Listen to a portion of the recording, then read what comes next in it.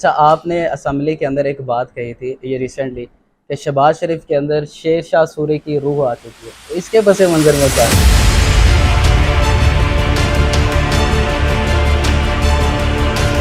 Definitely election ہونا چاہیے، آج اور کل ہو الیکشن ہونا چاہیے۔ پاکستان میں سب سے زیادہ مسلم لیگ کے لیے چندہ اکٹھے کرنے والے ہی واز مائی فادر۔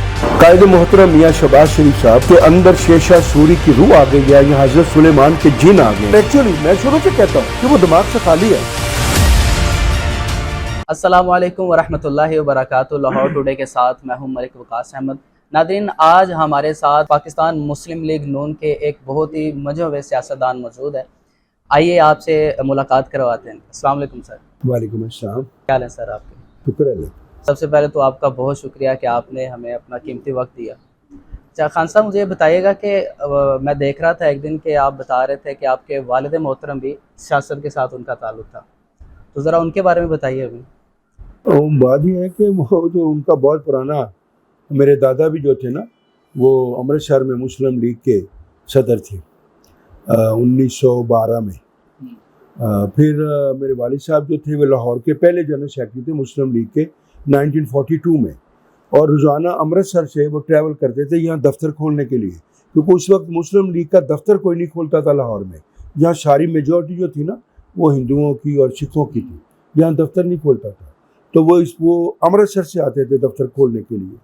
تو اس وقت 1942 میں وہ میرے والد صاحب جنرل سیکرٹری تھے، حکیم علیہ دتا صاحب تھے، وہ اس وقت صدر تھے اس کے مسلم لیگ کے لاہور شہر کے۔ اس وقت دو گروپ ہوتی تھی، ایک کیونکہ مسلم لیگ کا جو کنسیپٹ ہے نا آرگنائزیشن کا، وہ ہے پرائمری مسلم لیگ کا۔ اس وقت لاہور میں دو مسلم، ایک تھی سیبل اور ایک تھی سٹی۔ سٹی جو اندرون شہر تھی نا اس کو سٹی کہتے تھے، اس کے چودھری کلیم اللہ اور بی اے فخری اس کے جنرل سیکرٹری تھے، چودھری کلیم جو پہلے میئر تھے وہ اس کے صدر تھے۔ تو باہر کے حکیم اللہ صدر تھے، میرے والد محترم حافظ محمد شریف امرتسری وہ تخلص کرتے تھے، وہ 7 کتابوں کے مصنف بھی ہیں، تو وہ جنرل سیکرٹری تھے۔ تو الحمدللہ میں سمجھتا ہوں کہ جو ان کے لیے ممکن تھا، انہوں نے پاکستان کی جو تحریک تھی پاکستان بنانے میں قائد اعظم کے ساتھ جو کردار ہو سکتا تھا انہوں نے کیا۔ اچھا، تو آپ کو سیاست میں آنے کا شوق اپنے والد محترم سے تھا؟ وہ گھر میں شروع سے نا، میرے والد صاحب 1942 میں بھی ممبر تھے، پھر 62 میں تھے، پھر 66 میں میرے ممبر تھے۔ تو گھر میں جب اتنی زیادہ سیاست ہو تو سیاست تو الٹیمیٹلی وہ آ ہی جاتی ہے۔ اور پھر بڑے بڑے لوگ ہمارے گھر میں آتے تھے، میاں ممتاز محمد خان دولتانہ، بیگم رانا لیاقت علی خان، وہ جنرل سیکرٹری تھی اس وقت پاکستان مسلم لیگ کی، بڑا نام تھا۔ وہ ہمارے پاس سرٹیفکیٹ موجود ہے ان کے ہاتھ کا لکھا ہوا کہ حافظ محمد شریف جنرل سیکرٹری سول مسلم لیگ، پاکستان میں سب سے زیادہ مسلم لیگ کے لیے چندہ اکٹھے کرنے والے ہی واز مائی فادر، وہ ہمارے پاس موجود ہیں۔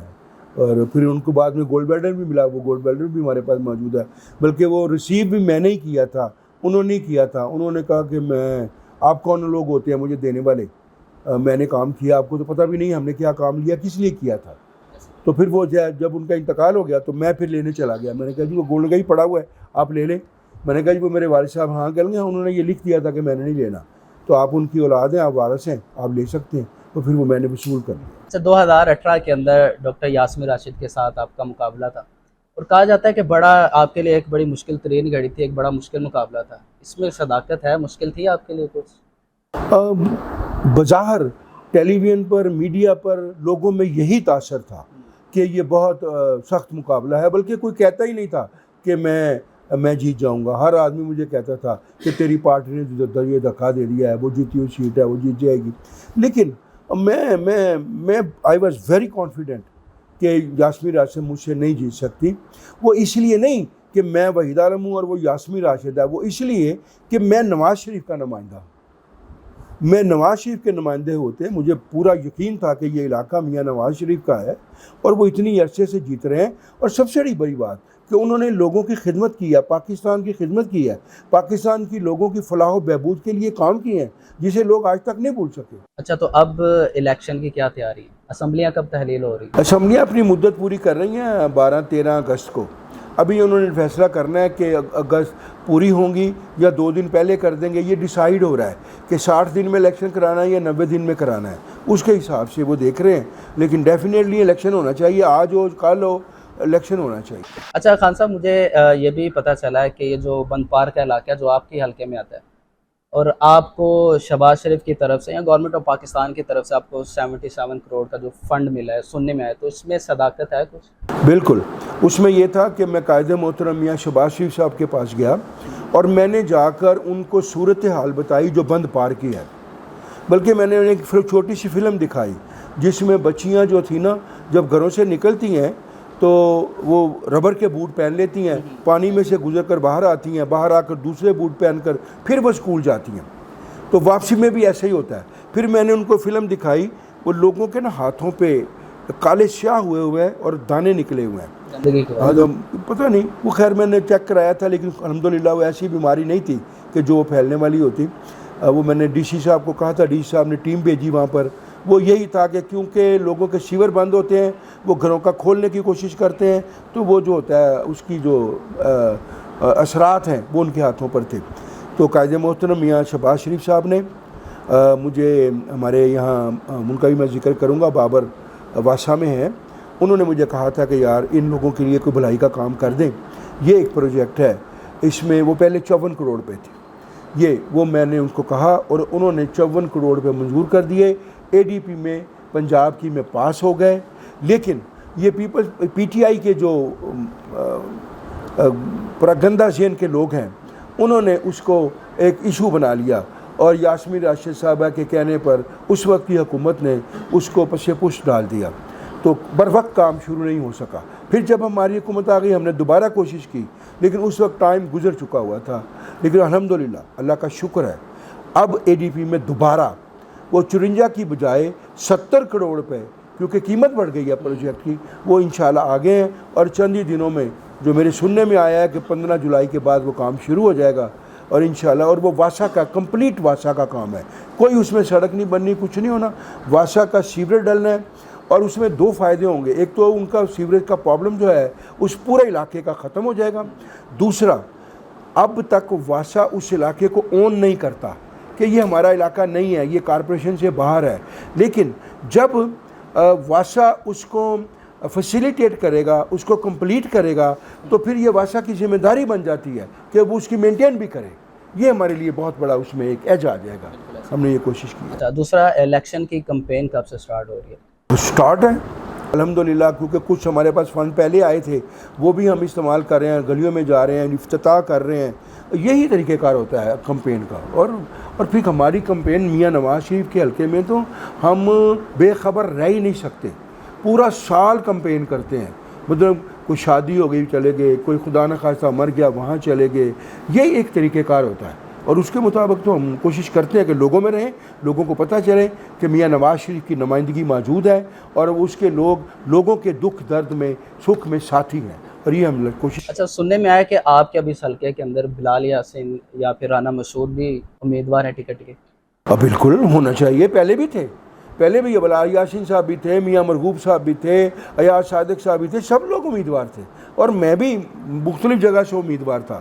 بعد میں یہ پارٹی کا فیصلہ ہوتا ہے کہ کس کو انہوں نے منتخب کرنا ہے، پارٹی جس کو منتخب کرے وہ لبیک کہتے ہیں۔ اچھا، آپ نے اسمبلی کے اندر ایک بات کہی تھی یہ ریسنٹلی کہ شہباز شریف کے اندر شیر شاہ سوری کی روح آ چکی ہے، تو اس کے پس منظر میں کیا؟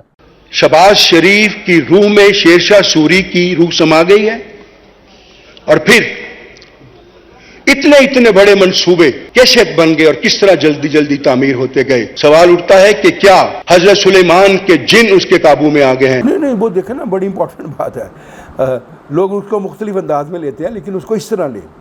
دیکھیں، میں نے یہ کہا کہ قائد محترم میاں شہباز شریف صاحب کے اندر شیر شاہ سوری کی روح آ گئی ہے، یا حضرت سلیمان کے جن آ گئے ہیں۔ وہ اس نسبت سے کہے تھے کہ شیر شاہ سوری نے سڑکیں بنائیں افغانستان سے لے کے دلی تک، اور دنوں راتوں میں، اس وقت تو اتنا موجود بھی نہیں تھا، اور یہی جذبہ قائد محترم میاں شہباز شریف صاحب میں موجود ہے کہ وہ ادھر مثلاً میٹرو بھی بنا دی، اوران ٹرین بھی بنا دی، موٹر وے بھی بنا دی، سب کچھ بنا دیا، یہ جذبہ ان میں ہے، تو اسی لیے کیا ان کی روح یعنی وہ دیکھ کر